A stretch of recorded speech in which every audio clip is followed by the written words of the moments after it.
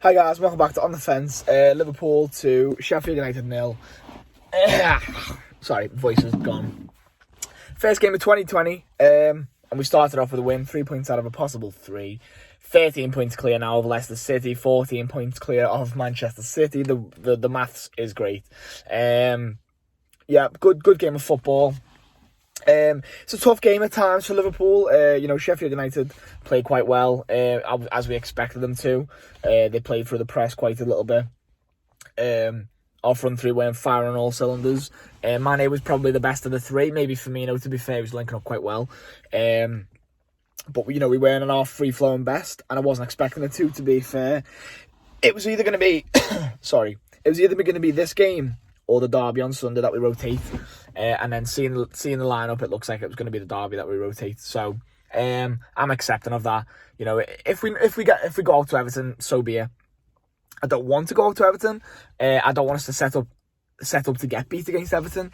But the players need a rest, and it was either going to come in this game, again, like I said, or the derby. Now, I'd prefer to go 13 points clear and solidify that, going into a tough run of fixtures. Before we concentrate on the FA Cup, because it's the third round or something like that. We're at the forefront of winning the Premier League here. We've got a massive momentum shift towards us. So why are we gonna rotate in the league when it really matters the most, and go and play our strongest 11 in a cup that we're probably not even going to win? Not that we don't want to win it. It's not that. We've got Champions League. We've got the league as well.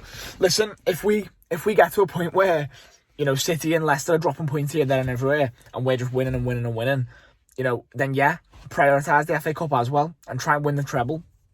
Do that, that's fine. But we're not going to prioritise the FA Cup, so a rotated side against Everton will do for me.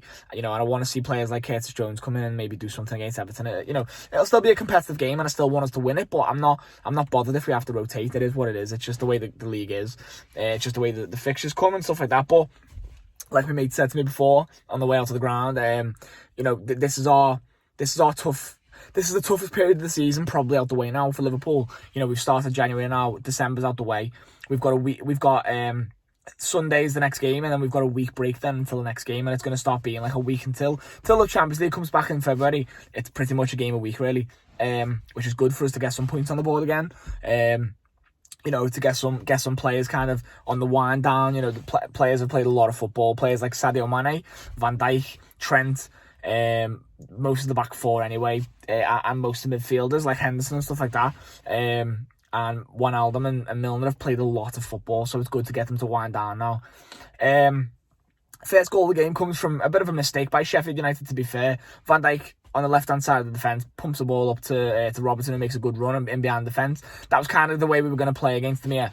A lot of the time we saw Trent with the ball at the right-back slot, or Van Dijk with the ball at the centre-back slot, and we were just seeing runs from Mane, Salah, Firmino, Robertson, and obviously Trent at times as well, Milner as well, who come in again for the injured Keita. He got injured in the build-up. I think it was a groin injury, one of the fans said. I can't remember. But yeah, so Virgil plays the ball over to the left-hand side, and I think it's Ender Steven. No, hang on, it's on the right side. It might be Baldock who slips, or it's one of the centre-backs, I think O'Connell or something like that.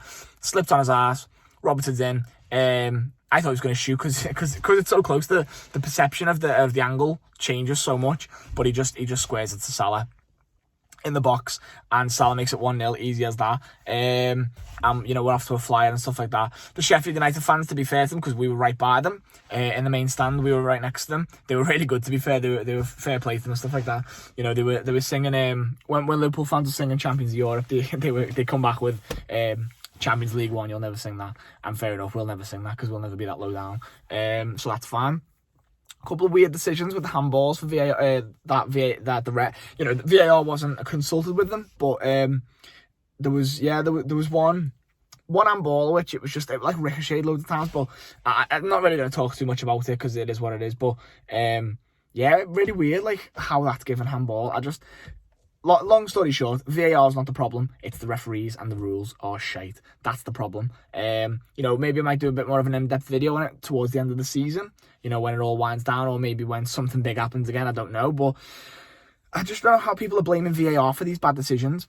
The bad decisions are being made first. the bad decisions have always been made by referees, by the rules being so stupid. You know, everyone's fuming about VAR allowing overturning the Wolves goal the other night because it was only that much offside. You know, there's got to be a bit of a daylight or whatever. Well, if he's offside, he's offside. That's the rule. And if you're not happy at the rule, it's not VAR's fault. VAR is enforcing the rule. It's like laws, and you know, people spit at police and shit like that. You know, people have a go at police for enforcing rules. They're not the one who make the rules. They enforce the rules, right? The police don't make the rules. They just enforce them. Comment down below, snitch, grass, pig, all sorts. I don't know if I don't really. So it's not the police's fault. They enforce the law. VAR enforces the law, and it overturns clear and obvious errors and stuff like that. But with offside, it's a black and white decision. It's black or it's white. It's offside or it's onside, and that's just the way it is. With handballs are quite tricky, and so are fouls and stuff like that. They're the grey areas that we need to wipe out. You know, we need to sort them out. But VAR will do that by giving more camera angles, giving you more, you know, a slowdown and stuff, like giving the referee an opportunity to look at it another time. That's what we need, because how many times have we seen a bad decision? A player's been sent off for a foul. It probably wasn't even that bad a foul. You know, maybe he wins the ball first and he just takes out the man or something accidentally. And it's probably, you know, it's at most a yellow card, at the very most. Player gets sent off and it can't be overturned. The decision can't be overturned.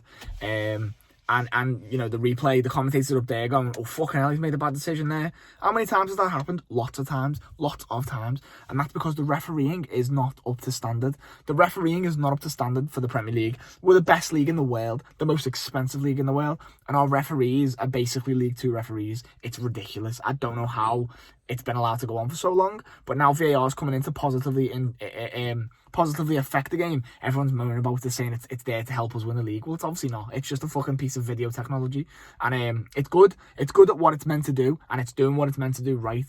Second goal comes from, I don't think I saw this, Ben. A second goal, it just comes from the break, to be fair. A lot of the time, as soon as we went 1-0 up, Sheffield United were attacking us, you know, down the flanks and stuff. But, well, a lot of it was through the centre, and we were just clearing balls up and stuff like that. I don't know if this is that before or after Mane goes down, but that's the I know now. Yeah, I know. Robertson plays a ball right down the line. It just gets past the Sheffield United player. It's a great ball to Mane. He plays it inside to Salah. As Salah's turning, Mane's making the run from left to right, and he goes right across the box. He gets the ball back from Salah, and I think this keeper saved the first one, but Mane puts the rebound in, smashes it in to make it 2-0 to Liverpool.